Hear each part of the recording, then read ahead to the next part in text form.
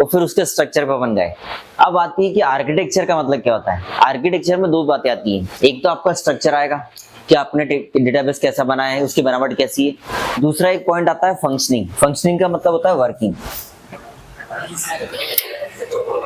जैसे एक तो स्ट्रक्चर हो गया, दूसरी बात आ गई आपकी वर्किंग, उसी को फंक्शनिंग बोलते हैं।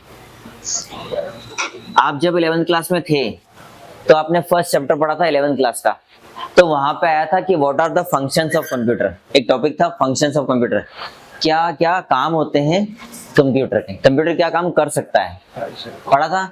सेकंड पेज पे ही दिया हुआ है वो, नितिन के नायक की बुक में सेकंड पेज पे लिखा है फंक्शंस ऑफ कंप्यूटर। ठीक है, फंक्शंस का मतलब होता है वर्क और फंक्शनिंग का मतलब होता है वर्किंग, कैसे आपका डेटाबेस काम करता है। ठीक है, ये पूरी दोनों जानकारियां आती हैं किसमें, आर्किटेक्चर में आती हैं।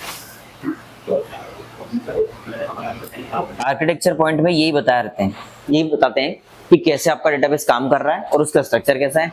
दूसरी बात इसमें क्या होती है, इसके साथ साथ में आपका डेटा जो है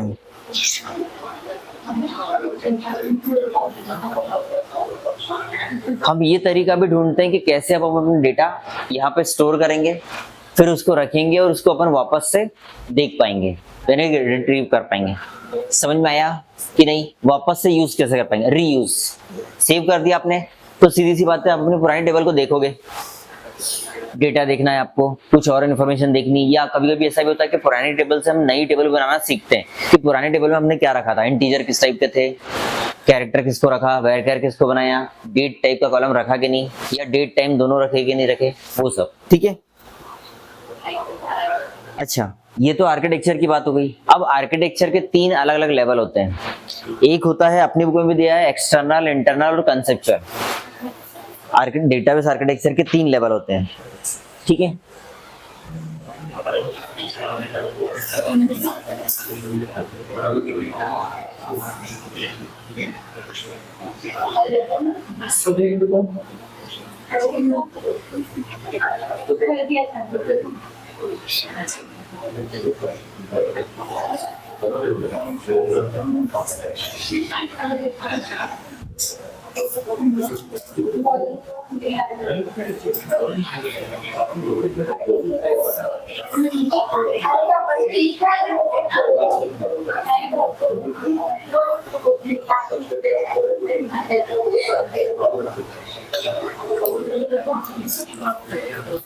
देखो आप लोग एक काम करो, डेटाबेस, हाँ क्या बोल रहे हो आप? अब तक आपने जो पढ़ाया समझ में आया, अब उसका लिखावट करके हम रिवाइज करते हैं तो पढ़ लें।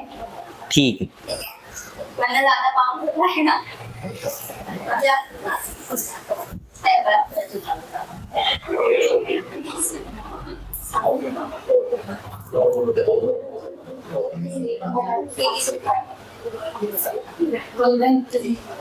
आप लिखो डेटाबेस, लिखो हेडिंग में डेटाबेस लिखो। ये लिख लिया चैप्टर 1 डेटाबेस क्वेरी।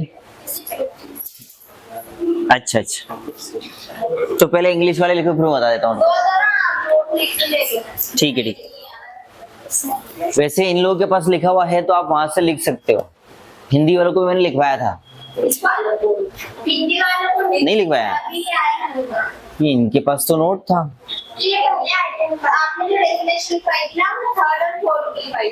चलो ठीक, इंग्लिश वाले लिखो पहले।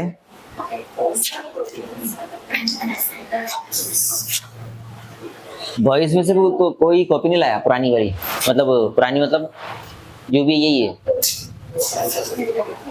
गर्ल्स में से अगर हिंदी भी हो तो मैं कन्वर्ट कर दूंगा फटाफट ट्रांसलेट करके। चलो लिखो, आप लोग लिखो डेटाबेस के बारे में। हेडिंग लिखना डेटाबेस, फिर डैश लगा के उसकी डेफिनेशन लिखो। ये इंट्रोडक्शन ऑफ डेटाबेस, एक ही मीनिंग है दोनों का। ठीक है, उसमें आप लिखो it is an organised collection of data.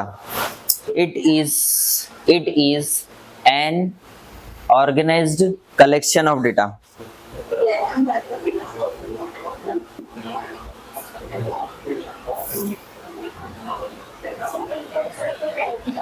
लिखा?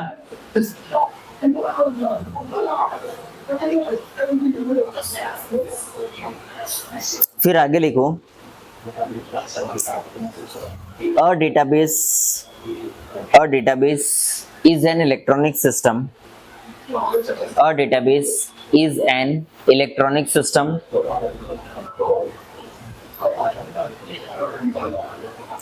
A database is an electronic system that allows data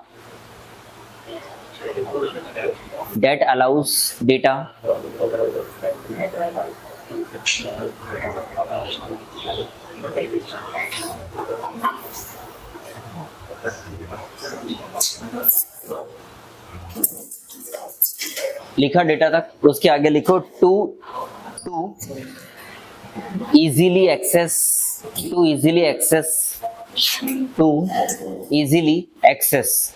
access में आप ईडी मत लगा देना, ऐसा मत लिखना एक्सेस, बिना ईडी वाला लिखना, आखिरी में ई और डी नहीं लगाना, ठीक है boys. To easily access comma manipulate and update,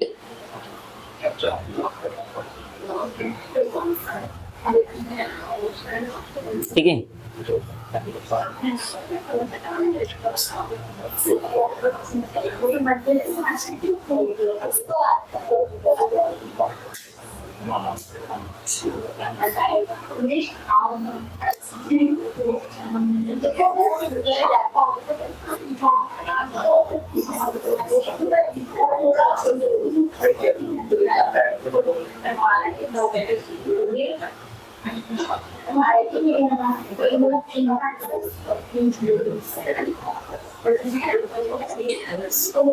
आप लोग पैराग्राफ चेंज करके एक लाइन और लिखो।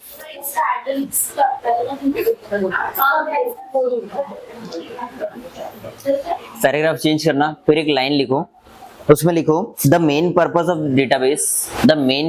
The database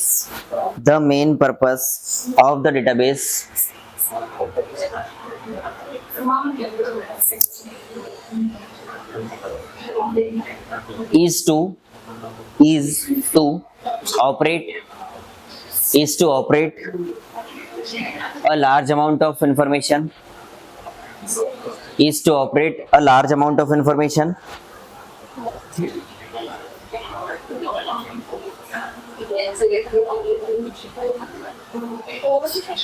by storing STORING, by storing, comma retrieving की स्पेलिंग मैंने वैसे बोर्ड पे लिख दी है, RETRIEVING, ठीक है। Storing comma retrieving and managing data,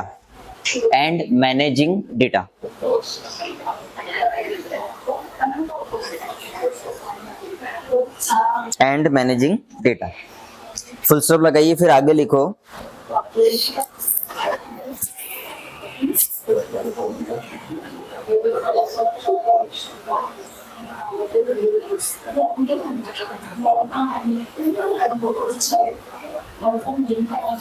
अच्छा अब आप लोग लिखो हिंदी वाले, नहीं तो फिर क्या होगा दिक्कत।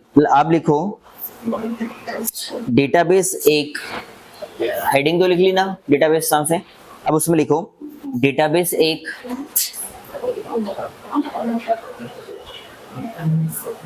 ऑर्गेनाइज कलेक्शन होता है डेटा का। डेटाबेस एक ऑर्गेनाइज्ड कलेक्शन होता है डेटा का, लिख लिया। उसके बाद आप लिखो फुल स्टॉप लगा के देने के बाद आगे लिखो डेटाबेस एक इलेक्ट्रॉनिक सिस्टम है, डेटाबेस एक इलेक्ट्रॉनिक सिस्टम होता है जिसमें की डेटाबेस एक इलेक्ट्रॉनिक सिस्टम होता है जिसमें की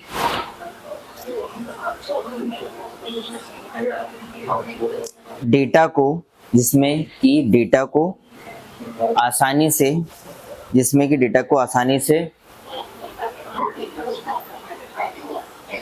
एक्सेस, फिर कॉमा लगाना, फिर लिखना मैनिपुलेट, एक्सेस कॉमा मैनिपुलेट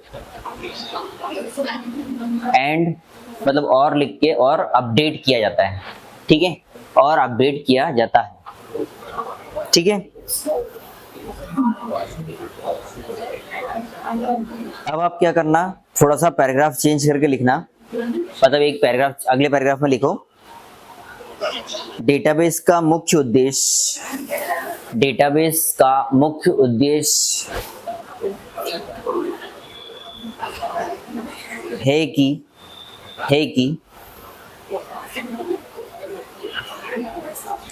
ज्यादा अमाउंट में इंफॉर्मेशन, ज्यादा इंफॉर्मेशन को स्टोर करना,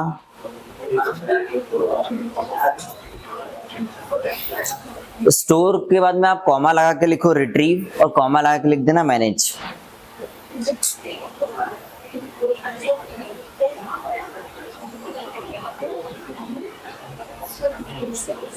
ज्यादा इंफॉर्मेशन को स्टोर करना, store comma retrieve comma manage करना, ठीक है।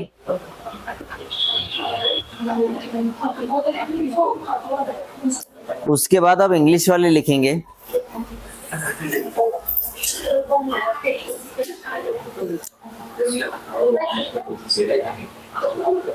अब इंग्लिश वाले देखो, अगली हेडिंग लिखना आप लोग डेटाबेस आर्किटेक्चर, ठीक है।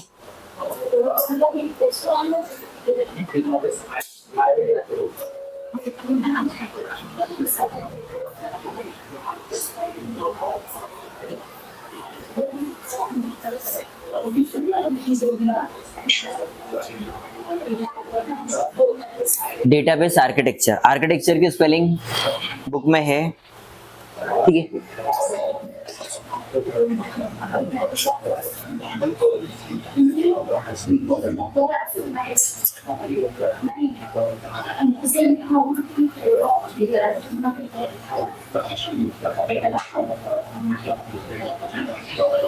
डेटाबेस आर्किटेक्चर, ठीक है।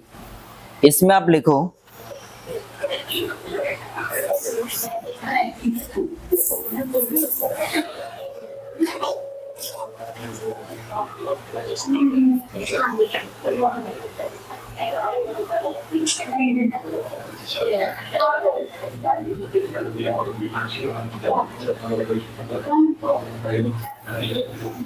it refers to the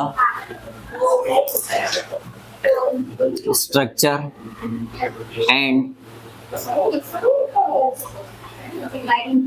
functioning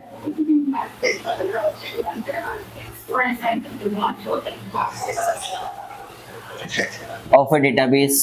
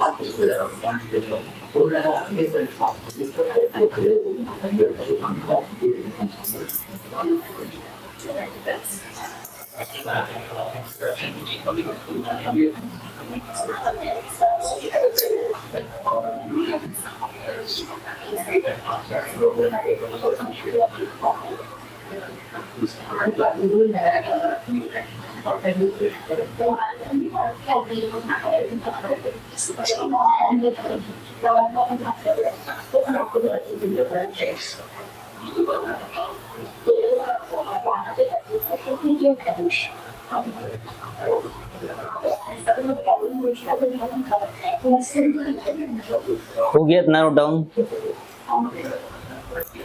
पहले इंग्लिश वाले इतना लिख लीजिए, फिर आप लोगों ने लिख लिया मतलब फिर अब मैं हिंदी वालों को बोलता हूँ, ठीक है? ये सेकंड क्वेश्चन है ना? हाँ, सेकंड क्वेश्चन मतलब ये सेकंड टॉपिक है, मतलब इसी का है, डेटाबेस का आर्किटेक्चर। हालांकि ये सेकंड टॉपिक नहीं, ये टॉपिक तो अपना फर्स्ट चल रहा है, उसी का पार्ट है ये, फर्स्ट टॉपिक के पार्ट है। आपने लिखा होगा डेटाबेस आर्किटेक्चर। अब हिंदी वाले थोड़ा जल्दी लिखना, जैसे इसमें आप लिखो यह एक डेटाबेस सिस्टम के स्ट्रक्चर और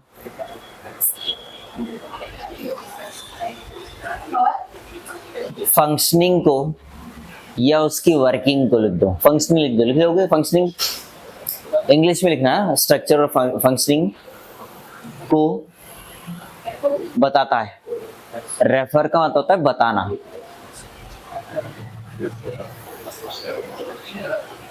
वो बताता है या के बारे में बताता है, आप एक ही बताओ इसका, ठीक है? बताता है। फिर उसके बाद में आप लिखो, कॉमा लगा देना, फिर लिखना आगे जो यह फाइंड करता है, जो यह फाइंड या ढूंढता है या फाइंड करता है, जो यह बताता है कि कैसे डेटा स्टोर होगा, कि कैसे डेटा स्टोर होगा, कि कैसे डेटा स्टोर होगा, ऑर्गेनाइज होगा और मैनेज होगा। कैसे डेटा स्टोर होगा, ऑर्गेनाइज होगा और रिट्रीव होगा, मैनेज नहीं रिट्रीव होगा, ठीक है? रिट्रीव की स्पेलिंग लिखिए बोर्ड पे, बुक में भी है।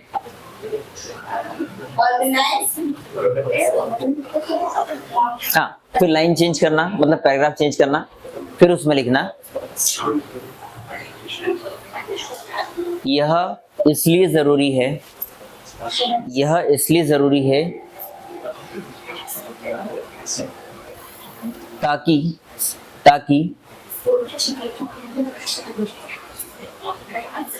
डेटा का मैनेजमेंट अच्छे से हो पाए, ताकि डेटा का मैनेजमेंट अच्छे से हो पाए और ताकि डेटा का मैनेजमेंट अच्छे से हो पाए और सिस्टम का परफॉर्मेंस भी बना रहे, और सिस्टम का परफॉर्मेंस भी बना रहे। यहाँ सिस्टम का मतलब है आपका डीबीएमएस का सॉफ्टवेयर और उसका डेटाबेस, ठीक है?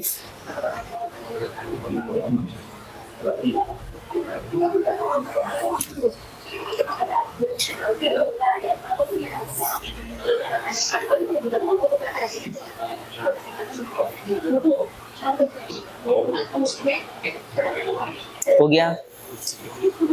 अब आप लोग नेक्स्ट हेडिंग लिखना,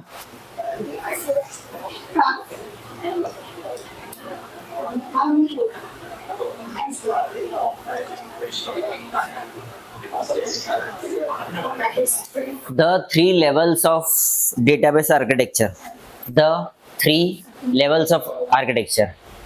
The three levels of database architecture. मतलब database architecture के 3 लेवल होते हैं, वो अपने को पढ़ना है और नोट डाउन करना है, ठीक है?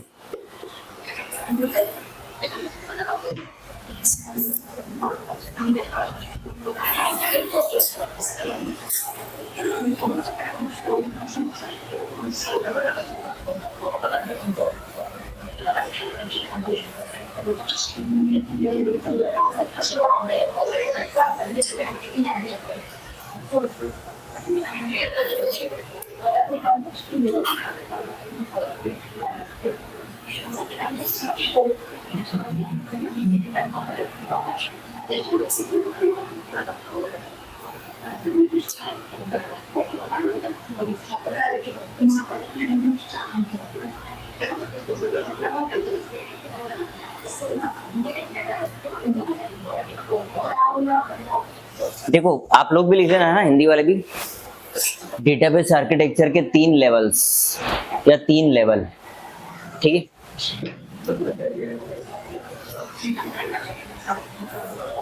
सबसे पहला जो दिया है वो अपनी बुक में दिया है एक्सटर्नल, ठीक है।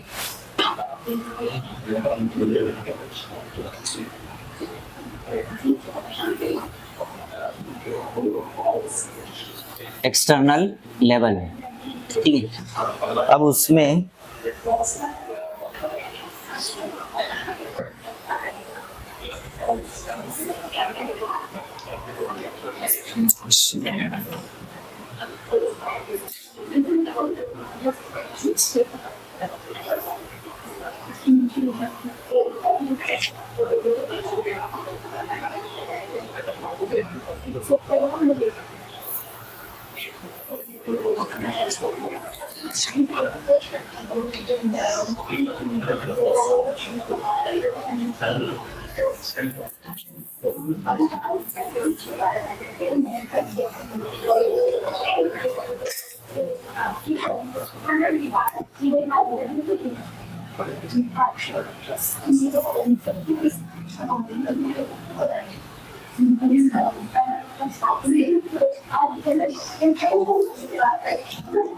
बातें नहीं करना है आपको, फटाफट लिखना है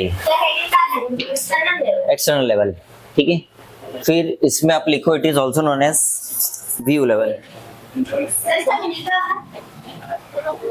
किसका?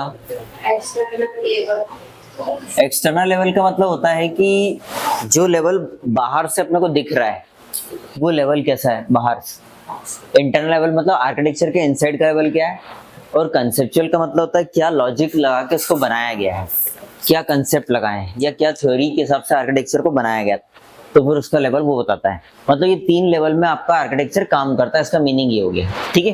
पहला लेवल क्या है आपका? एक्सटर्नल है, इसको व्यू लेवल भी बोलते हैं, ठीक है। हाँ,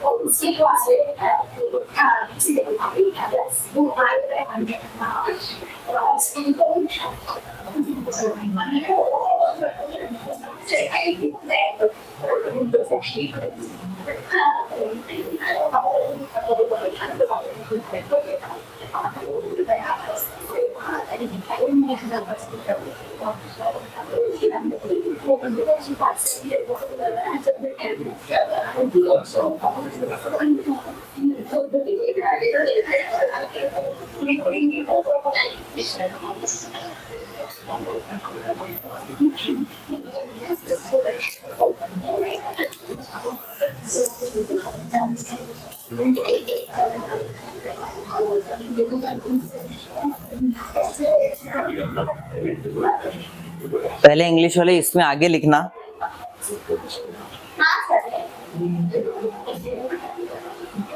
देखो ये तो लिख लिया आपने, इसको व्यू लेवल भी बोलते हैं। दूसरा लिखो, इसको ना थोड़ा सा आप चेंज कर लेना, इंग्लिश वाला इसको कट कर लेना इस लाइन को, उसके आगे लिखना it shows how the, it shows SHOWS, it shows only the specific data, it shows only the specific data a user or app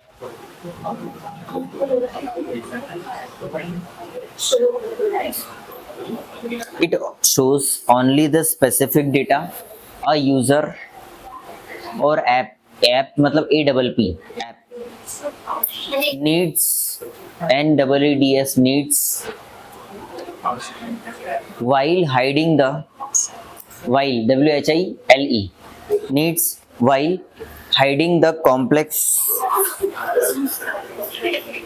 while hiding the complex structure of the, while hiding the complex structure of the database, of the database। वैसे आप इसको of the entire database भी लिख सकते हो, लेकिन इतना लिखा वो भी ठीक है। ठीक है, देखो अब इसका मीनिंग क्या हुआ। अरे आप लोग भी इधर समझना, पहले तुम लोग लिख लो हिंदी वाले में, तो तुम बोलोगे सर हमको समझ में नहीं आ रहा। देखो पहले आप लोग लिखो, हेडिंग लिख ली एक्सटर्नल लेवल की, फिर उसके आगे लिखो इसको व्यू लेवल भी कहते हैं, इसको व्यू लेवल VIEW, इसको व्यू लेवल भी कहते हैं। फिर फुल स्टॉप लगाने के बाद लिखना, रुकना एक मिनट, हाँ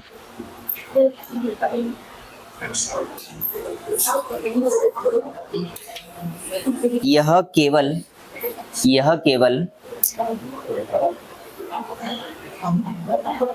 स्पेसिफिक डेटा शो करता है, यह केवल स्पेसिफिक डेटा शो करता है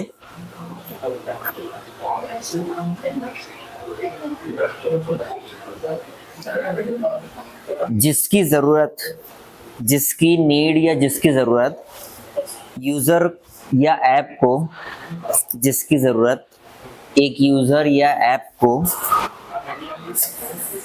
जिसकी जरूरत एक यूजर या ऐप को होती है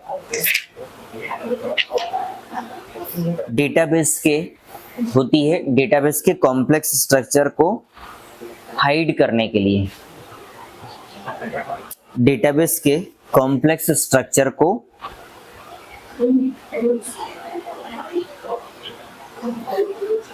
हाइड करने के लिए। HID, हाइड का मतलब समझते हो क्या होता है?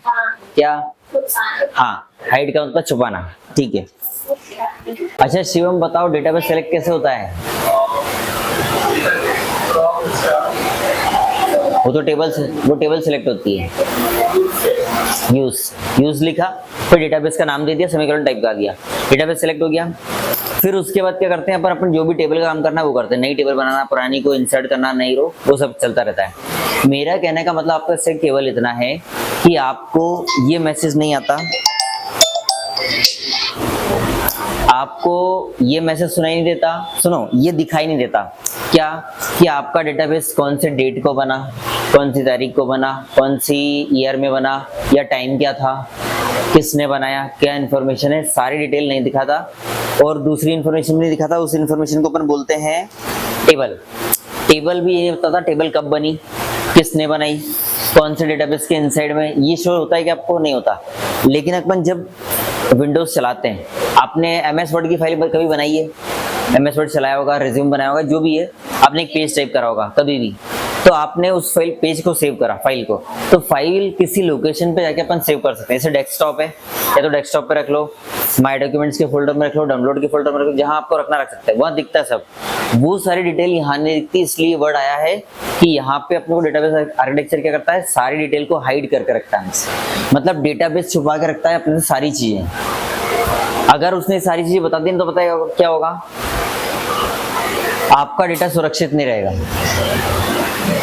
बैंक आपको बताता है कि उसने अपना खुद का डेटाबेस कब बनाया, आपका वाला जो डेटा, आपके अकाउंट का जो इन्फॉर्मेशन है उसने कब बनाई, नहीं बताता। बस वो ये बताता है कि इस तारीख को आपका अकाउंट खुला, उसके अलावा बैकग्राउंड की इन्फॉर्मेशन नहीं बताता, आपके डेटाबेस का क्या नाम से सेव किया गया है, या डेटाबेस की कोई इन्फॉर्मेशन नहीं देती। ट्रांजेक्शन तो शो होता है, इस दिन पैसे निकाले, उस दिन जमा करे, अभी अकाउंट में बैलेंस है नहीं है, कितना कम है, कितना माइनस में चार्ज लगा, वो सब बताएगा आपको। पूरा ईमेल का स्टेटमेंट आता है, वो सब आता है, ऐप पे भी दिखता है, मोबाइल के ऐप पे, बैंक के ऐप पे, सॉरी। फिर बैंक क्या बोलती है कि आप इसका पीडीएफ जनरेट करके ईमेल पे आपका स्टेटमेंट भेज देते हैं, और अपन वो भी कर सकते हैं, डाउनलोड करके प्रिंट भी निकाल सकते हैं, वो सब काम होता है। तो मेरा कहने का मतलब है कि क्या हाइड करा आपसे, केवल छोटी सी इंफॉर्मेशन हाइड करी। हेलो, हाँ मैं वो ये भी क्लास में हूँ, क्लास में हाँ मैं लेते आता हूँ ना, ठीक है मैं ले आऊँगा ना, हो ठीक है।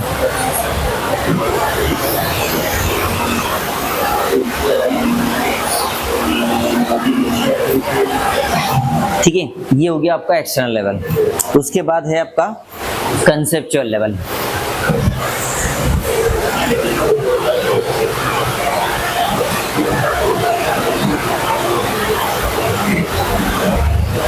वैसे सेकंड अपनी बुक में लिख लिया कि आपने कंसेप्चुअल हेडिंग लिख ली?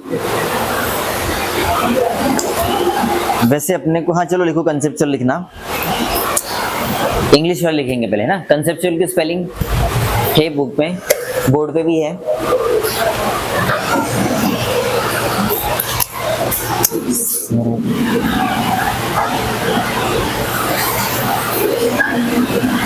Conceptual level.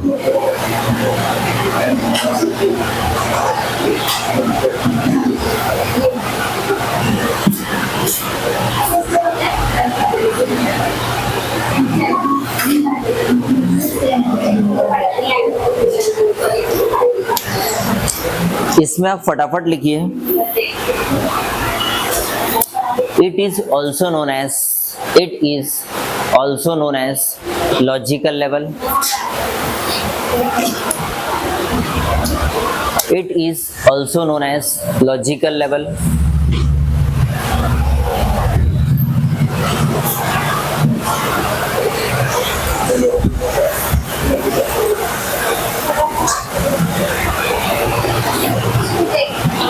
It is also known as logical level.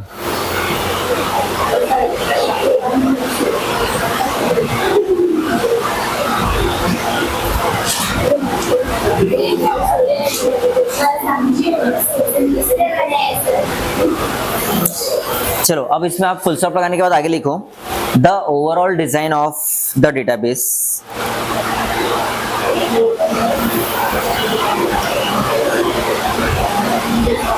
The overall design of the database. The overall design of the database.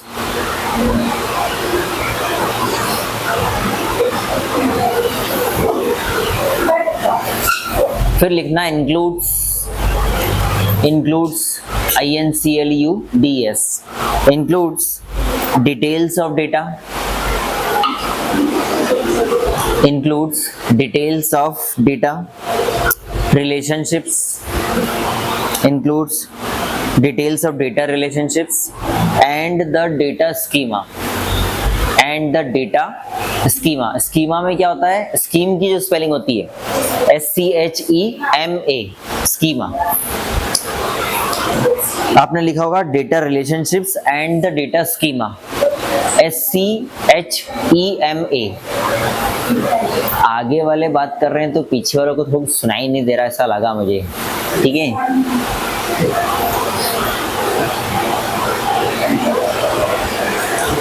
लिख लिया डेटा स्कीमा, फुल स्टॉप लगाने के बाद आप रुको, या फिर एक काम करो, एक डेफिनेशन पैराग्राफ चेंज करके लिख लो, डेटा स्कीमा के क्या होता है वो भी लिख लेना इसी में, है ना। डेटा स्कीमा करके हेडिंग लिख लो, इसी के इनसाइड में लिखना, किसके, कंसेप्चुअल में। आप इसमें डेटा स्कीमा की डेफिनेशन लिख लो, हेडिंग लिख लेना डेटा स्कीमा क्या होता है। It is a blueprint, it is a blueprint, blue की स्पेलिंग लिखना, उसके तुरंत पास में प्रिंट भी लिख देना, PRINT, ठीक है। ये सिंगल वर्ड है blueprint. It is a blueprint that describes, it is a blueprint that describes how data is stored, organised in a database. A database, a data schema, yeah, it is a blueprint that describes how data is organized, that describes how data is organized in a database, how data is organized in a database, ठीक है। Full stop लगाओ। अब आप लोग लिखो, हिंदी वाले फटाफट लिखना थोड़ा सा, ठीक है। कंसेप्चुअल लेवल में लिखो कि कंसेप्चुअल लेवल क्या होता है वो सुनना। डेटाबेस का पूरा डिजाइन, अच्छा ओवरऑल और पूरा दोनों वर्ड का मीनिंग सेम है, मतलब ओवरऑल का मतलब होता है कंप्लीट डिजाइन। डेटाबेस का की कंप्लीट डिजाइन, ठीक है, डेटाबेस का कंप्लीट डिजाइन, और इसके साथ में डेटा रिलेशनशिप की डिटेल्स, और इसके साथ में डेटा रिलेशनशिप की डिटेल्स और डेटा स्कीमा भी।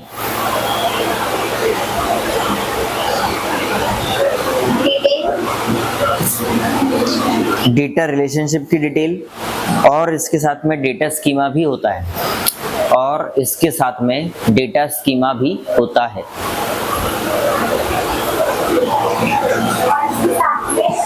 डेटा स्कीमा भी होता है, स्कीमा की स्पेलिंग है SCHEMA।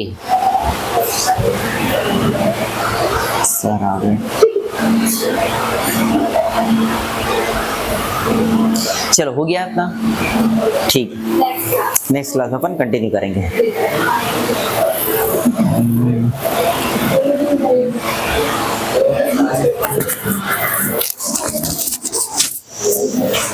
ये माइक बेटा वो वीडियो बंद कर दो, वीडियो बंद।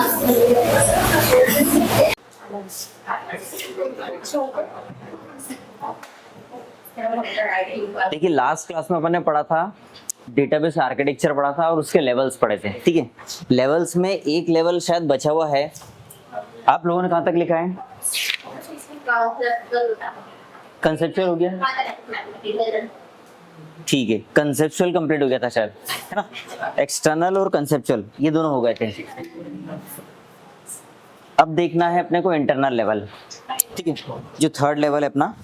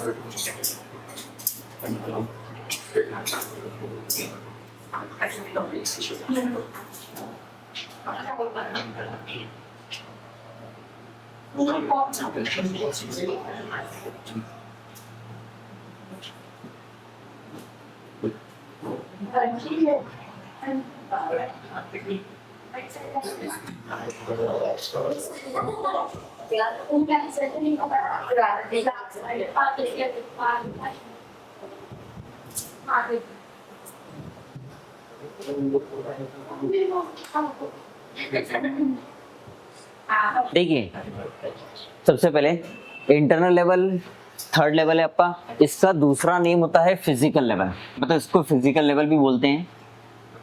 ये बात आप याद रखिएगा, ठीक है। अभी अपन लिखते हैं इसमें थोड़ा, फिजिकल लेवल भी इसको कहा जाता है, it is also known as physical level.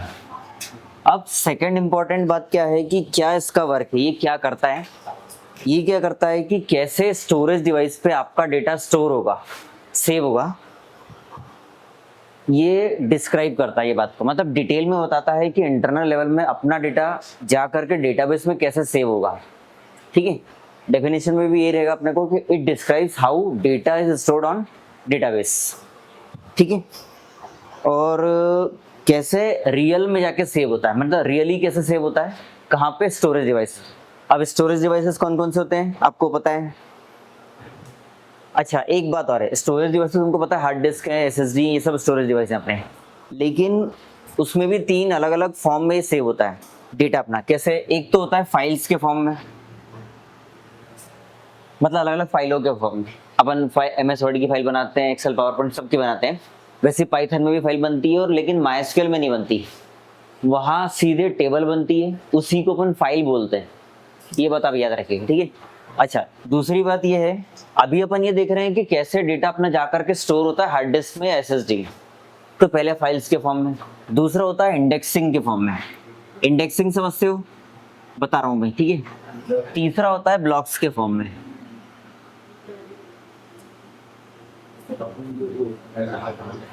ठीक है। फाइल्स का मतलब फाइल के फॉर्म में सेव हो रहा है,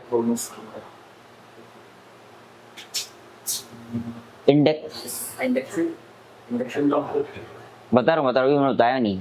इंडेक्सिंग का मतलब होता है कि जैसे अपना डेटा कहीं स्टोर होगा तो वो मेमोरी होगी, ठीक है। अब मेमोरी में क्या होता है, हर जगह एक लोकेशन होती है, जैसे अपना घर का एड्रेस होता है, तो अपना ये एड्रेस है कि हाँ भाई अपने इस एरिया में आएंगे, फिर लोकेशन है, फिर ये अपना घर आ जाएगा, वो एड्रेस हो गया। वैसे ही यहाँ इंडेक्सिंग में भी होता है। अब इंडेक्सिंग का सबसे सिंपल एग्जांपल क्या होता है, अपनी बुक होती है, उसमें आगे कंटेंट का पेज होता है, तो उसमें रहता है कि पेज नंबर फर्स्ट पे फर्स्ट चैप्टर है, फिर सीधे 73 पे है सेकंड चैप्टर, जो भी है नंबरिंग बता रही मैंने, वो वैसे ही यहाँ पे भी होता है। फाइल आपने बनाई, डेटा सेव होता है, डेटा कहाँ जाके सेव होता है, इंडेक्स बनते जाता है और अपना डेटा सेव होते जाता है कि इस लोकेशन पे सेव होगा, उस लोकेशन पे सेव होगा।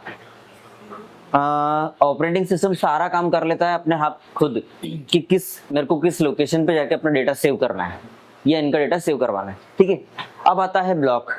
ब्लॉक क्या होता है, जैसे आपकी मेमोरी मान लीजिए ये डिस्क बनी हुई है। अब डिस्क में क्या होता है कि ये आपका ये ब्लॉक है, ये सारे अलग अलग सेक्टर बने हुए हैं, सेक्टर के अंदर ब्लॉक बने रहते हैं, मतलब एक प्रकार की ये भी मेमोरी लोकेशन है कि इस पार्ट में ये ब्लॉक में आपका क्या होगा, डेटा सेव होता है, इनको बोलते हैं ब्लॉक। अगर आपने ब्लॉक का दूसरा मीनिंग देखो तो आपने सुना होगा जैसे 2-4 मल्टियां होती है ना एक साथ, जैसे एक टाउनशिप है, ठीक है, जैसे सिंगापुर टाउनशिप है, तो वहां पे 4 बिल्डिंग बनी हुई है, अलग अलग 4 मल्टियां बनी है, तो वो लोग क्या करते हैं, A block, B block, C block, D block ऐसा नाम कर देते हैं। मतलब आप ऐसा बोल सकते हो एक प्रकार का पार्टीशन भी है। पार्टीशन जैसे सर ने क्लास का पार्टीशन किया, तो यहाँ पे सर ने दीवार नहीं है, यहाँ क्या है, या तो आयरन या वुडन का पार्टीशन बनाया, लगवाया सर, तो वो डिवाइड हो गई, एक क्लास उधर एक इधर हुई। वैसे यहाँ पे ये ब्लॉक हो गया, एक ब्लॉक ये, एक ब्लॉक वैसे ही यहाँ पर। हाँ, लेकिन ये है कि ब्लॉक का थोड़ा सा लेवल हाई रहता है, हाई मतलब एरिया ज़्यादा होगा, स्पेस ज़्यादा कवर करेगा, वो ब्लॉक है। समझ में आया, ये बात आप याद रखिएगा।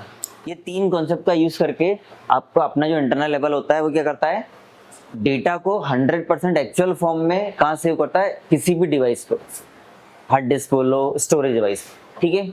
आया भाई इसको सुनिए। अब आप इसमें थोड़ा सा लिखो, थोड़ा फटाफट लिखना।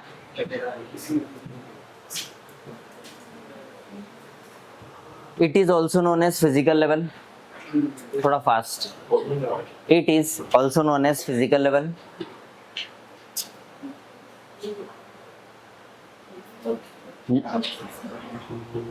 पुराने स्टूडेंट्स के पास लिखा हुआ होगा ये, है ना, तो आप लोग केवल देखते जाना।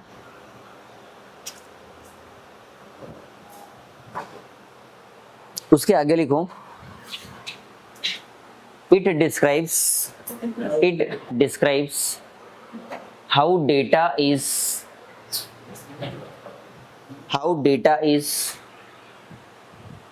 Actually stored, how data is actually, या तो आप एक्चुअली लिख लो या फिर है ना आप लिख लेना रियली, दोनों में से कोई एक वर्ड लिख सकते हो, ठीक है, दोनों का मीनिंग सेम है, बस वर्ड अलग अलग है, ठीक है। लिखा आपने how data is actually stored on storage devices, store में डी लगा लेना, थर्ड फॉर्म, ठीक है, स्टोर्ड ऑन स्टोरेज डिवाइसेस। उसके बाद आप ब्रैकेट में ये तीनों लिख देना, files comma indexing comma blocks.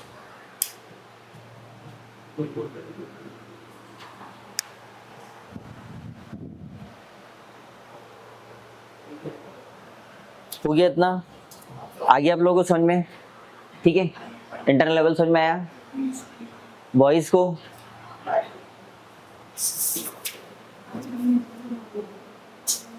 देखो नेक्स्ट अपना जो टॉपिक है वो है आपका फाइल सिस्टम, कि व्हाट इज फाइल सिस्टम या इंट्रोडक्शन ऑफ फाइल सिस्टम, ठीक है। सबसे पहले अपन ये देखते हैं कि अपनी बुक में क्या दिया हुआ है वो समझना। देखो अपनी बुक में क्या लिखा है कि पहले फाइल सिस्टम आया कैसे वो समझना आप। जैसे कंप्यूटर का यूज करने के पहले एक मैनुअल फाइल सिस्टम होता था, मैंने आपको बताया भी था कि जैसे एक फाइल होती है, आप प्रोजेक्ट बना के देते हो, प्रोजेक्ट कौन सा वाला, वो असाइनमेंट वाला प्रोजेक्ट, वो लिखने वाला नहीं जो कॉपी में आता वो नहीं, दूसरा जो आप फाइल में पेजेस लगा के देखते हो, मैं उसकी बात कर रहा हूँ। उसमें क्या होता है, देखो आपने फाइल खरीदी, पहले लिख लिया, सारे पेजेस अटैच कर लिए, मतलब इकट्ठे करके रख लिए, फिर आपने क्या करा, फाइल में परचेस करके लाए, अटैच करके फाइल सबमिट कर दी, तो ये हो गया आपका मैनुअल फाइल सिस्टम। पहले ऐसे ही होता था, जैसे आप स्कूल में एडमिशन लेते हो तो आप, आजकल क्या होता है, आजकल ऐसा नहीं होता, आजकल दो चीज़ें होती है, एक तो अपने एडमिशन लिया तो अपने सारे डॉक्यूमेंट्स फाइल में लगा के रख दिए, वो मैनुअल फाइल सिस्टम है।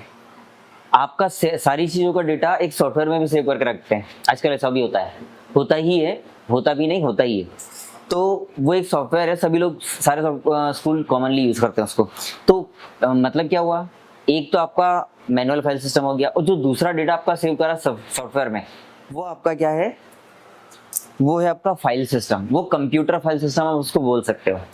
लेकिन मैनुअल फाइल सिस्टम में क्या होता था, अपन रिकॉर्ड मेंटेन करते थे और फाइल्स को मेंटेन करते, दो बातें हो गई पहले तो। दूसरी बात क्या हुआ, अब आया आपका traditional file system. Traditional file system का मतलब क्या हुआ, कंप्यूटर का सबसे पुराना फाइल सिस्टम, इसका मीनिंग ये। अब इसमें क्या हुआ, डेटा को स्टोर करा और डेटा की प्रोसेसिंग कर दी। प्रोसेस करने का मतलब क्या होता है, आपने पहले फाइल बनाई, आप सिस्टम चालू करा, ऑन करा, MS वर्ड आपने ऑन किया, फिर आपने टाइपिंग करना शुरू कर दिया। अब टाइपिंग करने के पहले आप क्या करोगे, सबसे पहले फाइल को सेव करोगे, Ctrl+S करके, फिर वो सेव नाम दिया फाइल का, सेव बटन पे क्लिक कर दिया, ये इतना काम हो गया। अब क्या करते आ रहे हैं, अपन टाइप करते आ रहे हैं, Ctrl+S प्रेस करते हैं, या फिर फाइल के पे सेव पे क्लिक करते आ रहे हैं, ठीक है, आपकी फाइल सेव होती आ रही है। मतलब क्या हो रहा है कि आपका डेटा सेव हो गया। अब प्रोसेस का मतलब क्या हो रहा है, आप टाइप करते आ रहे हो तो कंप्यूटर आपको शो भी कर रहा है और सेव भी होता रहा है, ये दोनों काम प्रोसेस कहलाते हैं, ठीक है। सेव कर रहे हो वो तो है ही सही, आप जो टाइप करते आ रहे हो वो काम चलते भी जा रहा है, तो वो प्रोसेस है। कैसे चल रहा है, कीबोर्ड माउस से आपने इनपुट दिया, CPU ने उसको रीड करा, हाँ इन्होंने क्या करा, इन्होंने केवल टाइपिंग का काम कर रहे हैं, तो केवल वो टाइप करते भी जाएगा, आप बार बार सेव करोगे, सेव भी होता जाएगा और आपको मॉनिटर पर शो करते जाएगा। मतलब आउटपुट डिवाइस को वो क्या करता है, डेटा भी भेज रहा है। अच्छा एक बात और है, ये सारा काम कंप्यूटर करता है 0-1 की भाषा में, मैं आपको हर बार बोलता हूँ। अपन ने कुछ इंग्लिश में टाइप किया, वहां जाता है 0-1 की भाषा में, कहाँ तक, कैबिनेट तक। इसके अंदर मदरबोर्ड है, मदरबोर्ड के ऊपर CPU लगाया, ठीक है। CPU क्या करता है, डिसाइड करता है हाँ क्या करना है, इनको केवल अभी टाइप करना है, तो मॉनिटर पे शो कर दिया। लेकिन कहाँ टाइप हो रहा है, वर्ड में, MS वर्ड में सेव भी हो रहा है, टाइप भी हो रहा है, आपकी फाइल सेव भी हो रही है, ठीक है। ये हो गया आपका ट्रेडिशनल फाइल सिस्टम। इसमें क्या होता है, अपनी इंफॉर्मेशन को सेव करना बहुत आसान होता है। ठीक है, रखना आसान है। दूसरी बात क्या होती है फाइल सिस्टम में, एक अच्छी बात ये होती है कि हर एक फाइल दूसरी फाइल से इंडिपेंडेंट होती है। मतलब आपने रिज्यूम की पहली फाइल बनाई तो आप सबसे पहला रिज्यूम आपने बनाया था तो वो क्या था, फ्रेशर का रिज्यूम था। फिर जब आपको 1 साल का एक्सपीरियंस हुआ तो आपने क्या सोचा कि भाई अपन एक दूसरी फाइल कॉपी पेस्ट करके बना लेते हैं ताकि पहली फाइल अलग रहे दूसरी अलग रहे। अब जब आपको 1 साल का एक्सपीरियंस हो गया तो आपने क्या करा, कहीं दूसरी जगह अप्लाई करना है तो आपने क्या करा, सेकंड रिज्यूम की फाइल बनी, कॉपी पेस्ट से बनी फाइल, उसमें केवल एक लाइन एक्सपीरियंस की चेंज कर दी। तो कहने का मतलब क्या हुआ कि एक फाइल दूसरी फाइल से इंडिपेंडेंट है। अब आप क्या करोगे, 1 साल बाद दूसरी जाना है तो नया रिज्यूम का प्रिंट निकाला दूसरे वाली फाइल का, आप उसको लेके जाओगे तो फाइल पहली वाली से अलग हुई तो दोनों इंडिपेंडेंट हो गई। मतलब दोनों फ्रीडम से हैं, दोनों फाइल अलग है। इंडिपेंडेंट का मतलब है कि एक डेटा दूसरे पे डिपेंड नहीं है, मतलब एक फाइल दूसरे पे डिपेंड नहीं है। डिपेंड तो है, आपने कॉपी पेस्ट करा लेकिन आपने 100% कॉपी पेस्ट नहीं किया, कुछ तो चेंज करा ही करा है, कुछ तो आपने सीखा होगा वहां पे भी चेंज करोगे और एक्सपीरियंस में जो आपने सीखा वो भी, ठीक है, क्योंकि स्किल्स भी बताने पड़ते हैं कि अपने अंदर क्या स्किल्स हैं। अब दूसरी बात क्या होती है, इसके बाद डेटा जो अलग अलग फाइलों में सबका सेव हुआ है तो होता क्या था, देखो अगर आपको फाइल बनानी है तो सबसे पहले एक प्रोग्राम टाइप करना पड़ता था, तब जाके अपनी फाइल बनती थी पहले के फाइल सिस्टम में। ये कंप्यूटर का ट्रेडिशनल फाइल सिस्टम है। मीनिंग से मेरी बात तो क्या है, मतलब है जैसे आपको बनाना क्या है, एक रिज्यूम की फाइल बनानी है। अब आप फाइल तो बनाओगे, ठीक है, बन भी जाएगी, लेकिन उसके लिए आपको पूरा प्रोग्राम लिखना पड़ेगा या टाइप करना पड़ेगा, तब जाके आपकी ये फाइल जनरेट होगी। पहले ऐसा होता था, ठीक है, आईएस में पहले रियल में ऐसा होता था, कुछ भी फाइल बनानी है आपको, इतना सा भी चेंज करना है तो प्रोग्राम नया टाइप कर दो तो फिर एक नई फाइल बन जाएगी। फायदा क्या था पहले कि दोनों फाइल अलग होती थी तो डेटा अलग होता था, डेटा इंडिपेंडेंट होता था, ठीक है। अब क्या हुआ, अब प्रॉब्लम क्या हो रही है कि हर बार चेंज करना है तो हर बार प्रोग्राम टाइप करो, मतलब प्रोग्रामिंग सीखो पहले तो, फिर अपन चेंजेस करना सीखो। ये एक प्रॉब्लम थी, ड्रॉबैक था, कमी थी, आप डिसएडवांटेज बोल सकते हो। उसकी अब सबसे बड़ी प्रॉब्लम क्या थी, इंडिविजुअल प्रोग्राम आपको बनाने पड़ते हैं, मतलब अलग अलग प्रोग्राम बार बार बनाओ। दूसरी बात क्या आई, फिर इसके बाद में चलो ये तो हो गया, इसके बाद क्या हुआ, आपको जितना भी चेंजेस करना है तो हर बार प्रोग्राम नया कर दो, नया टाइप कर दो। फिर लास्ट में क्या हुआ, सुनो, सारे डेटा को चेंजेस करने के लिए आपको क्या करना पड़ रहा है, हर बार प्रोग्राम लिखना पड़ रहा है। अब इसमें क्या हुआ कि ऐसे में क्या होता है, आप किसी एरर को पता भी नहीं लगा पाते, मतलब जैसे एरर आ रही है तो ठीक है, एरर तो आ गई तो आपने पता लगा लिया, लेकिन नई फाइल बनाई, नया प्रोग्राम बनाया तो उसमें फिर से एरर मिल गई आपको, तो फिर क्या करोगे आप, फिर सुधार करोगे तो फिर नया प्रोग्राम लिखोगे, फिर आपकी एरर हट गई, ऐसा चलता रहता था। अब इसको हटाने के लिए क्या हुआ, फाइल सिस्टम आया है। कौन सा वाला फाइल सिस्टम आया अपना, जैसे MS वर्ड में आपने देखा, MS ऑफिस देखा आपने, वो आया नया फाइल सिस्टम। अब नए फाइल सिस्टम में क्या होता है, माइक्रोसॉफ्ट कंपनी ने तो सोचा कि अपन फाइल सिस्टम ऐसा बनाते हैं जिसमें कि अपनी सारी फाइल्स बनती हैं, जैसे वर्ड की, पावर पॉइंट की, PPT अपन बनाते हैं, एक्सेल में फाइल बनती है, उसके अलावा एक्सेस भी होता है, एक्सेस में डेटाबेस बनता है। मैंने एक्सेस के बारे में आपको बताया था, एक्सेस आप लोगों ने छोटी क्लासेस में पढ़ा होगा, इसमें सिंपल लेवल के डेटाबेस बनते हैं और वही टेबल्स बनती हैं। पहले डेटाबेस बनेगा, उसके इनसाइड में टेबल बनेगी, सेम ऐसे चलता है अपना MySQL जैसा, लेकिन सिक्योरिटी MySQL में ज्यादा होती है, ठीक है। इसकी फाइल तो कोई आसानी से करप्ट कर देगा, आप खुद ही करप्ट कर लोगे इसकी फाइल को, थोड़ी बहुत वो हैकिंग वगैरह सीख के आराम से कर लोगे आप, कोई बहुत बड़ी बात नहीं इसमें, ठीक है। लेकिन अपन को हैकिंग नहीं सीखना, अपने को क्या सीखना है, इधर फाइल सिस्टम क्या है। अब फाइल सिस्टम का कॉन्सेप्ट क्या आया कि हाँ, फाइल सिस्टम आया, अब आप अपनी फाइल बना सकते हो और हर एक फाइल जो है इंडिपेंडेंट तो है, लेकिन फाइल में क्या हो गया, अब चेंजेस आ गए, आपको प्रोग्राम नहीं लिखना पड़ रहा है। अब अपने को क्या है, फाइल डायरेक्ट बनाओ, सेव करो, और अगर आपको उसकी रिक्वायरमेंट है तो आप प्रिंट भी निकाल सकते हो, ठीक है। अब फाइल सिस्टम के बारे में थोड़ा सा और सुनो, देखो फाइल सिस्टम में देखो क्या होता है, हाँ, एक लास्ट लाइन अपने पेज में ये लिखी है कि जितने भी कंपनीज हैं, बड़े बड़े ऑर्गेनाइजेशन हैं, ये लोग क्या करते हैं, अपनी खुद की फाइल को बनाते भी हैं और उसकी प्रोसेसिंग भी करते हैं या उसको प्रोसेस करते हैं। लिखा है इंग्लिश में प्रोसेसेस, लास्ट लाइन में आप देखना, मीनिंग से मैं आपको, मतलब क्या होगा, जितनी भी बड़ी बड़ी कंपनीज हैं वो अपनी फाइल खुद बनाती हैं, उसको सेव भी करके रखती हैं और उसकी प्रोसेसिंग वो लोग खुद ही करते हैं। प्रोसेस का मतलब सेव करा है तो प्रिंट निकालना, प्रोसेस करा है तो कभी चेंजेस करना, ये सब प्रोसेस में आता है, ठीक है। अच्छा, एक बात और है, पेज नंबर 2 पे आपको दिया गया है कि अब इन्होंने कुछ एग्जांपल दिए फाइल सिस्टम के, फाइल्स के कुछ एग्जांपल दिए। जैसे आपने इन्वेंट्री और पेरोल की फाइल्स के बारे में सुना होगा। इन्वेंट्री समझते हो क्या होता है? आप लोग कॉमर्स वाले हो तो आप एक बार फिर से बोलो, आपने क्या बोला? हाँ, इन्वेंट्री में क्या होता है, जैसे आप है ना सारी चीजें एक जगह शो करते हो, जैसे स्टॉक रहता है, तो स्टॉक में क्या होता है, इन्वेंट्री स्टॉक में आती है। मतलब इन्वेंट्री में क्या होता है, सब कुछ देखा जाता है। जैसे कि आपका स्टॉक है, तो स्टॉक में से आपने आपकी शॉप में से कितना प्रोडक्ट सेल कर दिए, वो कितने बचे हैं, वो भी जितने माइनस हो गए वो आएंगे, जितने अभी स्टॉक में रह गए हैं और बाकी का बिल जनरेट हो जाएगा। ये होता है इन्वेंट्री सिस्टम। अब पेरोल सिस्टम में क्या होता है, पेरोल में क्या होता है, पे स्लिप बनती है। जैसे अपनी गवर्नमेंट जॉब अगर है आपकी, तो क्या होता है कि आपको पे स्लिप दी जाती है। वो पे स्लिप में क्या होता है, वो स्लिप बहुत लंबी होती है। जैसे अपनी ना अपनी बुक है, बुक को आप ऐसा कर लो लेंथ वाइज, ये देख लो इतनी लंबी स्लिप निकलती है प्रिंट।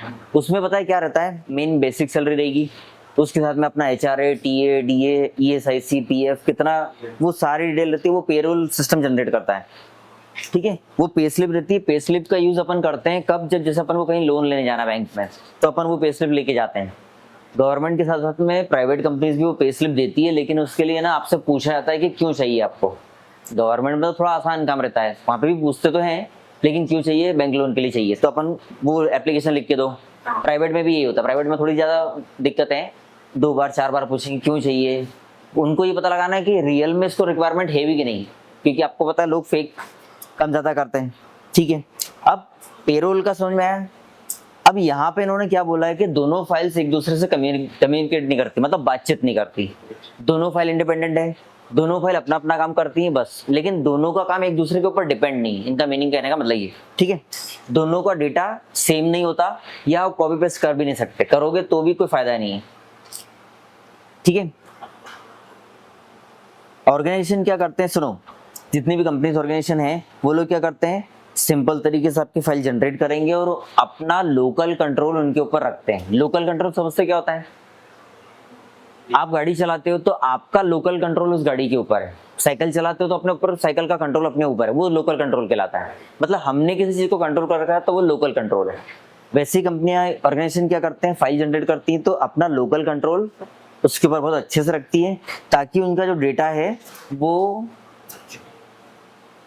केवल ऑर्गेनाइजेशन तक रहे, ऑर्गेनाइजेशन के बाहर ना जाए। ऑर्गेनाइजेशन में फैला हुआ है तब तो ठीक है, लेकिन ऑर्गेनाइजेशन के बाहर किसी ने डेटा लीक कर दिया, मतलब आपके कस्टमर्स की जानकारी किसी दूसरी कंपनी को दे दी, तो फिर वो गलत है। तो फिर ऐसा कंपनी ध्यान रखती है, इसलिए फाइल सिस्टम का कॉन्सेप्ट आया है, ठीक है। यहाँ पे इन्होंने एक डायग्राम दिया, अगर आप देखो तो यहाँ पे फाइल सिस्टम बना है। अब फाइल सिस्टम के पहले क्या, ये पुराना वाला समझाया इन्होंने। पहले आप प्रोग्राम बनाते थे, एप्लीकेशन प्रोग्राम 1 बनाओ, 2 बनाओ, 3 बनाओ, उसके बाद फाइल सिस्टम क्या करता था, फाइल जनरेट करता था। पहले ऐसा होता था, ठीक है, अब नहीं होता।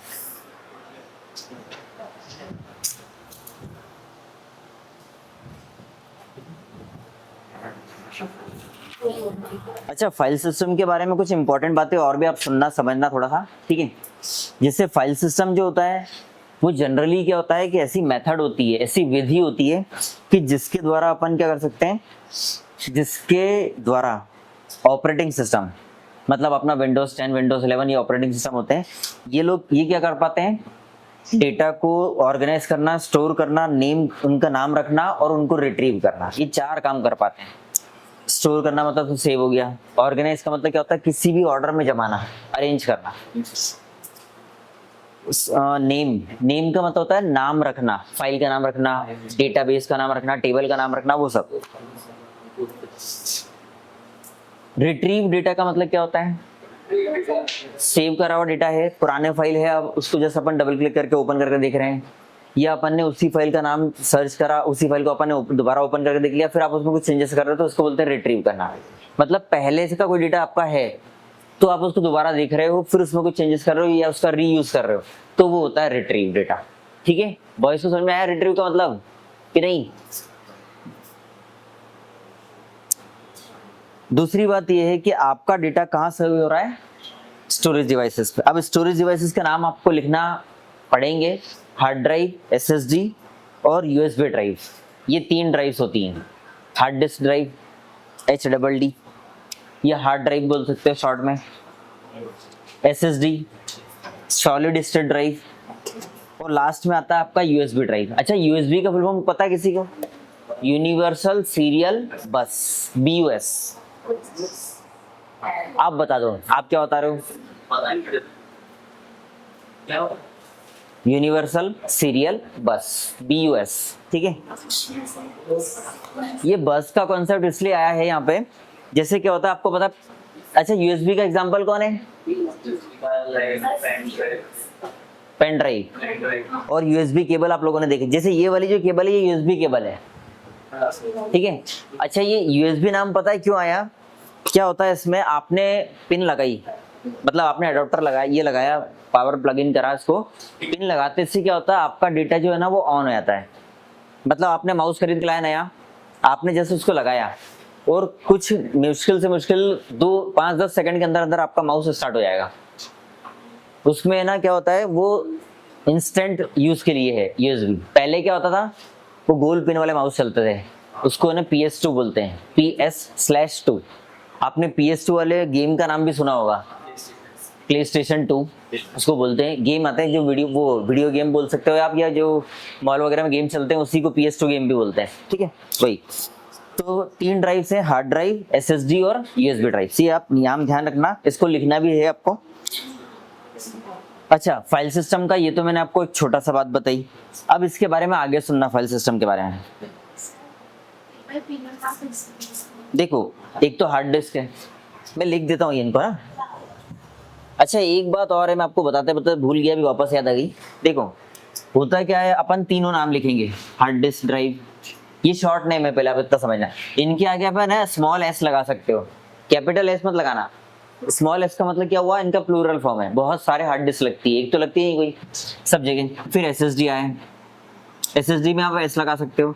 और लास्ट में इन्होंने बताया है USB ड्राइव्स, उसमें तो आप ड्राइव्स लिख लो, ज़्यादा बेटर रहेगा, ठीक है। ये लिखना अपने को रहेगा, ठीक है। ये 3 चीज़ें स्टोरेज डिवाइस है। आपका आंसर मान लीजिए कि आया है 120 मार्क्स में। अच्छा, एक ब्लूप्रिंट में चेंज है इस साल, आपको पता है? अभी ब्लूप्रिंट आ गया है, मतलब मार्किंग स्कीम आ गई आप लोग की। तो उसमें ऐसा है, पहले क्या होता था, 4 मार्क्स में 17, 18 और 19 नंबर तक के क्वेश्चंस आते थे, 3 आते थे 4 मार्क्स में। अब क्या हो गए, 4 हो गए, एक क्वेश्चन और बढ़ गया, और उसमें भी और की चॉइस रहेगी, या तो पहला पार्ट अटेंड कर लो या फिर आप सेकंड कर लो, जो भी हो आपको जैसा अच्छा लगे, ठीक है। इसमें कोई घबराने वाली बात नहीं है, अच्छी बात है ये तो। आपका थोड़ा सा स्टैंडर्ड बढ़ गया कि हाँ भाई अपन एक क्वेश्चन और लिख पाएंगे। पढ़ना तो आपको उतना ही है, देखो पढ़ना पूरा ही है, पहले भी बच्चे पिछले साल भी पढ़ के गए थे, वो भी पूरा पढ़ के गए थे, है ना। और एक बात और है, आपके चैप्टर से बीच में से क्वेश्चंस आएंगे, ये तय है, और आते ही हर साल आते हैं, आप सारे पेपर उठा के देख लेना, ठीक है। इसलिए आप थोड़ा ज़्यादा ध्यान से पढ़ो, बुक में जो भी आप पढ़ रहे हो वो आसानी से और सरल भाषा में पढ़ो, ताकि आप वहाँ पे जाके लिख पाओ, ठीक है। लेकिन पेपर ईजी आता है, आएंगे क्वेश्चन चैप्टर के बीच में से, लेकिन पेपर आता ईजी है, ठीक है।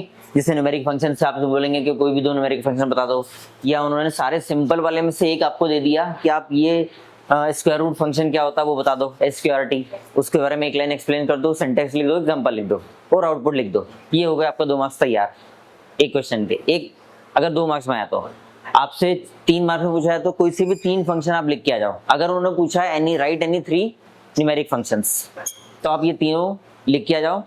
पहले एक लाइन का यूज लिख दिया, 1 या 2 लाइन का, कोई से भी सिंपल वाले का, जैसे ABS फंक्शन का लिख दिया आपने, या फ्लोर फंक्शन भी वैसे इजी है, लेकिन फ्लोर फंक्शन अचानक से याद नहीं होता, उसमें वो डेसिमल पॉइंट का थोड़ा सा दिक्कत है, इसलिए, ठीक है। तो ये बात आप ध्यान रखना, ब्लूप्रिंट में ये दिया हुआ है इन्होंने, आपके स्कूल वाले भी शायद आपसे बताएं तो उनको वो करना। मेरी भी कोशिश यही है कि मैं प्रिंट आपको एक बार दिखा दूंगा, ठीक है। बाकी प्रैक्टिकल का तो पूरा वैसे ही सेम है, फिर भी मैं एक बार और देख के बता दूंगा आपको। हाँ, तो मेरा कहने का मतलब ये कि अगर 4 मार्क्स आपसे क्वेश्चन आई है तो आप क्या करना, इनके सारे फुल फॉर्म लिख के आना। उससे क्या होगा, अपने आंसर का वेटेज बढ़ेगा कि हाँ भाई बच्चे ने इतना ज्यादा लिखा है, शब्द ज्यादा दिख रहे हैं, ज्यादा शब्द दिखेंगे तो उतने ही ज्यादा मार्क्स आपको मिलेंगे, आंसर में मार्क्स आएंगे। क्योंकि 4 मार्क्स के लिए कितने हैं वर्ड्स बताओ, 120, 3 मार्क्स के लिए हैं 75 और 2 मार्क्स के लिए हैं केवल 30 वर्ड्स। और बाकी तो 28 मार्क्स के आपके कौन है, 27 के ना शायद, नहीं अपने आईपी में 27 के ऑब्जेक्टिव्स आते हैं, ऐसा कुछ है जहां तक मुझे याद है। क्योंकि इस बार मेरे को भी कुछ चेंज दिखा था इसमें ब्लूप्रिंट में, पेपर बनाया मैंने तो अभी वो यही दिखा मैंने कि ब्लूप्रिंट के अकॉर्डिंग क्या चेंजेस है। क्योंकि टॉपर बच्चों का ध्यान क्या रहता है, ब्लूप्रिंट पर रहता है उनका, पढ़ते तो है ही सही लेकिन उनका ध्यान ब्लूप्रिंट पे भी रहता है कि सर ने एक क्वेश्चन यहाँ से कम दिया नए ब्लूप्रिंट के अकॉर्डिंग।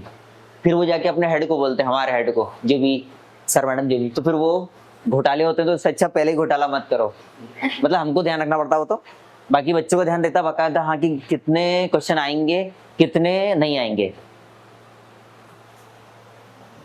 चलो अब आप आगे देखो, थोड़ा फाइल सिस्टम के बारे में अपन और भी बातें समझते हैं। अच्छा एक बात और है सुनो, लिखने वाला जो पार्ट है आपका वो आपको मिल जाएगा, नोट्स ये दे दिए जाएंगे आपको, ठीक है। लेकिन पहले आप समझो, अब फाइल सिस्टम की इतनी बात तो मैंने आपको बता दी। फाइल सिस्टम में अगर दूसरी बातें अपन देखें तो फाइल सिस्टम में क्या होता है, सारी फाइल्स जो होती हैं उनका नाम अपन को देना पड़ता है, उनको स्टोर करना पड़ता है, उनको अपन एक्सेस करते हैं और उनको अपन मैनेज भी कर सकते हैं। एक्सेस का मतलब समझते क्या होता है, ACCESS। एक्सेस का मतलब होता है अपन फाइल का यूज कर रहे हैं और फाइल को यूज करने की परमिशन अपने पास है, ये होता है एक्सेस का मतलब। यूज एंड परमिशन होता है मेन मीनिंग एक्सेस वर्ड का। आप किसी चीज को यूज कर रहे हो तो मैं बोलूंगा आपके पास एक्सेस है उसको यूज करने का। अब एक्सेस का मतलब क्या हुआ कि आपके पास परमिशन भी है, आप यूज भी कर रहे हो, उसका परमिशन भी आपके पास में है। दूसरी बात क्या होती है, मैनेज करना। मैनेज करने का मतलब समझते हो क्या होता है, आपने एक फाइल बनाई, अब आपने उसको रख के रखा है, सेव भी करके रखा, लेकिन आप अपने उसमें सारा डेटा सेव भी करते जाते हो और आप अपनी फाइल को संभाल के भी रखते हो, तो वो भी एक मैनेज में सारी चीज आती है। मतलब फाइल बनाने से लेके संभाल के रखने तक जो है वो सारा काम मैनेज में आता है, ठीक है। आपने सुना होगा वहाँ का मैनेजमेंट अच्छा नहीं है, स्कूल का मैनेजमेंट अच्छा नहीं, कॉलेज का नहीं, वो आपने सुना होगा, वही वर्ड यहाँ पे भी लागू होता है। दूसरी बात ये है, फाइल सिस्टम अपन को एक ऐसा तरीका देता है ऑपरेटिंग सिस्टम के लिए। किसके लिए देता है तरीका, OS के लिए, विंडोज ऑपरेटिंग सिस्टम के लिए एक ऐसा तरीका देता है कि जिससे कि वो एप्लीकेशंस में डेटा अपना सेव भी कर पाए, रिट्रीव भी कर पाए और उसको आसानी से मॉडिफाई भी कर पाए। मॉडिफाई का मतलब होता है चेंज करना, रिट्रीव का मतलब पुराने डेटा को फिर से अपन देख रहे हैं, चेंज कर रहे हैं, रीयूज कर रहे हैं या केवल रीड कर रहे हैं, जैसे अपन PDF फाइल रीड करते हैं। और ये सारा काम आपका एफिशिएंट तरीके से हो जाता है। अच्छा एक बात और है सुनो, ऑपरेटिंग सिस्टम जितने भी सॉफ्टवेयर होते हैं ना, उसमें भी ये डेटा सेव करवाने के साथ साथ में उसको क्या करता है, वो भी करता है, आप आसानी से उसको देख भी सकते हो, रीड भी कर सकते हो। किसी भी सॉफ्टवेयर को चलाने का काम भी ऑपरेटिंग सिस्टम का होता है। देखो सीधी सी बात ये है, आपको भी पता होगा, अपना एंड्रॉइड मोबाइल होते हैं, अपने मोबाइल में क्या होता है, जो ऐप अपने को चाहिए वो अपन इंस्टॉल कर देते हैं। जो नहीं होता, लग रहा है कि ये बहुत ज़्यादा स्पेस कवर कर रहा है, बहुत MB में डेटा कवर वो क्या करता है ऑक्यूपाई यूज़ करता है, तो आप उसको डिलीट कर देते हैं। जो काम का नहीं है वही सॉफ्टवेयर में भी होता है कंप्यूटर में। जो सॉफ्टवेयर आपको नहीं काम का लग रहा है तो आप उसको अनइंस्टॉल कर सकते हैं, मतलब वो डिलीट हो गया परमानेंटली हार्ड डिस्क या SSD से, ठीक है। तो यही बात आपका फाइल सिस्टम भी ध्यान रखता है कि हाँ कभी कभी मैसेज आता है अपने पास में अनयूज डेटा पड़ा हुआ है, मोबाइल में आता है हर बार, जो अनयूज डेटा है उसको आप डिलीट कर दो या यूज करने लग जाओ, उसमें ये मैसेज का मीनिंग है। वैसा यहाँ पे भी होता है फाइल सिस्टम, ठीक है। अभी अपन ने पढ़ा फाइल सिस्टम, अब थोड़ा और आगे देखते हैं। सबसे लास्ट ये ऑपरेटिंग सिस्टम, मतलब ऑपरेटिंग सिस्टम मेन है, उसमें आपका फाइल सिस्टम होता है, वही सारी फाइल्स को हैंडल करता है, रीडिंग राइटिंग सारा काम करके देता है आपको, ठीक है। लेकिन किसके ऊपर करके देगा, हार्ड डिस्क, क्योंकि डेटा कहीं ना कहीं तो सेव करना पड़ेगा। मोबाइल में क्या होता है, अपना इंटरनल स्टोरेज होता है जिसको अपन परमानेंट मेमोरी भी बोलते हैं, 128 GB 64 GB ये आता है, तो वही आपका हार्ड डिस्क, ऐसे हार्ड डिस्क, ठीक है। SSD नहीं है वो, लेकिन काम वैसे ही है परमानेंट मेमोरी का, ठीक है। अब आगे सुनिए, ऑपरेटिंग सिस्टम एक तो विंडोज होता है, आपने सुना, एक होता है लिनक्स, सुना है किसी ने लिनक्स का नाम, या लाइनेक्स उसको बोलते हैं। हाँ, एक ऑपरेटिंग सिस्टम होता है आपका विंडोज, तो पता है सबको, एक लिनक्स भी होता है। लिनक्स की सिक्योरिटी बहुत हाई है, ये ज़्यादा सिक्योरिटी पर्पज से यूज़ किया जाता है। इसकी जॉब भी बहुत अच्छी लगती है, मतलब आपको हाई पैकेज का सैलरी मिलेगी लिनक्स में। एक तो विंडोज तो आपको पता ही है, ये दोनों ऑपरेटिंग सिस्टम के खुद के फाइल सिस्टम होते हैं, ठीक है। इन दोनों ऑपरेटिंग सिस्टम के अपने खुद के फाइल सिस्टम होते हैं। एक तो विंडोज आपने सुना, विंडोज को बनाने वाली कंपनी कौन है? माइक्रोसॉफ्ट, है ना। बिल गेट्स इसके मालिक हैं। सुना होगा नाम आपने बिल गेट्स का। पहले इनका नाम आता था सबसे अमीरों में, दुनिया के सबसे अमीर पर्सन ये हुआ करते थे। अब तो इन्होंने रिटायरमेंट भी ले लिया और इनका ट्रस्ट अभी भी चालू है, जो भी चैरिटी वगैरह करते हैं, दान वगैरह करते हैं। लेकिन हाँ, ये सबसे मतलब विंडोज को लाने का क्रेडिट इनके ऊपर ही आता है। जितने भी अपन विंडोज के सॉफ्टवेयर देख पाते हैं तो वो इनकी बदौलत है, मतलब बिल गेट्स की बदौलत, ठीक है। अच्छा, ये जो थे, अगर इनकी हिस्ट्री अगर अपन देखें, जो थोड़ा सा शॉर्ट में बता देता हूँ, ये क्लास के सबसे लास्ट बेंच पे बैठते थे और ये मतलब फेलियर ही थे क्लास के। और फिर क्या हुआ, जब 12th वगैरह पास हो गए, जो भी उनका एजुकेशन सिस्टम होता है अमेरिका वगैरह में, तो पास होने के बाद इन्होंने क्या करा, अपनी एक कंपनी खोली, मतलब दिमाग वहां लगाया। फिर क्या हुआ कि जो टॉपर बच्चे थे वो इनकी क्लास में, कंपनी में जॉब कर रहे थे। बाद में ये हुआ, मतलब उल्टा हो गया। पहले तो हाँ, आप कुछ बोल रहे हो? तो ये ऐसी इनकी कहानी है, मतलब वो है संघर्ष वगैरह पे आप बोल सकते हो, स्टोरी। अब सुनो, मैंने आपको क्या बोला, लिनक्स का खुद का फाइल सिस्टम है और विंडोज का भी अपना खुद का फाइल सिस्टम है। मतलब ये अपने फाइल को बचा के रखते हैं, सेव करके रखते हैं, स्टोर करते हैं, वो सब फाइल सिस्टम है, ठीक है। दूसरी बात क्या है, इनके फाइल सिस्टम का जो नाम है, विंडोज के फाइल सिस्टम का नाम होता है NTFS और लिनक्स के लिए इन्होंने नाम दिया है .ext, एक्सटेंशन का शॉर्ट नेम है, ठीक है। बहुत सारी कॉलोनी अपने इंदौर में भी है जिनका नाम है एक्सटेंशन पे रखे हुए हैं, जैसे वो क्लर्क कॉलोनी में भी है क्लर्क कॉलोनी एक्सटेंशन, सुंदरनगर का है Sundarnagar main, Sundarnagar extension. Extension का मतलब क्या होता है, इंक्रीज करना या इंक्रीमेंट एक प्रकार का। अब एक्सटेंशन क्यों लगाते हैं कॉलोनी में, जैसे मान लीजिए आपकी LIG कॉलोनी है, अब LIG की यहाँ पे बंगले बने। अब क्या हुआ, गवर्नमेंट ने सोचा कि वहाँ जमीन खाली है तो कुछ बंगले वहाँ पे भी बना दिए जाए थोड़ी दूर, तो यहाँ के बाद उन्होंने एक्सटेंशन वहाँ पे नाम दे दिया LIG एक्सटेंशन। तो मतलब इधर का आगे वाला जो पार्ट है वहाँ से चालू हो गया, कुछ बंगले वहाँ बना दिए, जैसे कि अटल द्वार के उस साइड मान लो बना दिए, तो वो ऐसा करते, ज़्यादा दूर तो नहीं बनाते लेकिन बनाते पास पास में ही, थोड़ा सा अंतर रहता है। अब यहाँ एक्सटेंशन इन्होंने क्या रखा है, लेकिन यहाँ एक्सटेंशन का नाम इन्होंने अपने मन से रखा है, लेकिन इन्होंने केवल इतना ही स्पेलिंग लिखी हुई है, अपनी बुक में भी इतना ही दिया है कि फाइल लिनक्स के फाइल सिस्टम का नाम होता है EXT और विंडोज के फाइल सिस्टम का नाम होता है NTFS। अपनी बुक में तो फुल फॉर्म पे लिखा हुआ है, क्या लिखा है, न्यू टेक्नोलॉजी फाइल सिस्टम। ये बात आप याद रखना, ठीक है, न्यू टेक्नोलॉजी फाइल सिस्टम। ये विंडोज ने खुद ने अपना निकाला था, क्यों, क्योंकि फाइल सिस्टम तो है लेकिन एक नई टेक्नोलॉजी वाला फाइल सिस्टम है। नहीं तो इसके पहले वो वाला फाइल सिस्टम था जिसमें प्रोग्राम बनाओ और आपकी फाइल बनाओ, वो सिस्टम था, उसको ट्रेडिशनल फाइल सिस्टम बोलते हैं। फिर इन्होंने नया बनाया, उसका नाम रख दिया न्यू टेक्नोलॉजी फाइल सिस्टम, ठीक है।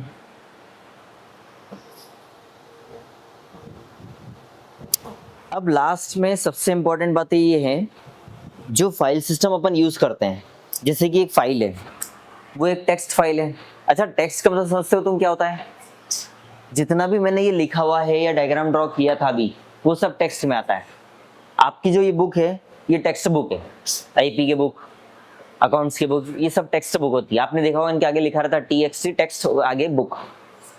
अब टेक्स्ट में क्या होता है, सारी चीजें आती है। एक तो आपका लिखा हुआ मैटर, टाइप किया हुआ मैटर, वो अल्फाबेट्स, नंबर्स, सारे स्पेशल सिंबल्स, और आपके डायग्राम आते हैं, जो भी बुक में डायग्राम ड्रॉ करें वो सब कुछ आता है टेक्स्ट में, सब आता है। और दूसरी बात ये है, ये होता है टेक्स्ट। फाइल सिस्टम क्या करता है, फाइल सिस्टम जैसे कि एक टेक्स्ट फाइल होती है, वो क्या करती है, वो फाइल सिस्टम से होके गुजरती है और उसके बाद उसको फाइल सिस्टम ही क्या करता है, हार्ड डिस्क पे ले आके स्टोर कर देता है। मतलब आपने एक फाइल बनाई, ठीक है, वो बन गई, आपने उसको सेव भी कर दिया। फाइल सिस्टम ने क्या करा, आपकी फाइल को ले जा करके कहाँ सेव कर दी, हार्ड डिस्क पे या SSD पे सेव कर दिया। आजकल चलती है SSD, हार्ड डिस्क जो है अब वो पुरानी होती जा रही है, मतलब मैक्सिमम जगह से हार्ड डिस्क हट चुकी है। ठीक है, हमारे स्कूल में भी ये होता है, हार्डवेयर वाले सर हमारा बोलते हैं सर एसएसडी लगवा लो। मैंने कहा हाँ लगवा लो सर, कोई दिक्कत नहीं मेरे को। बस ये है कि हमारे वहाँ एक कंडीशन ये है कि साल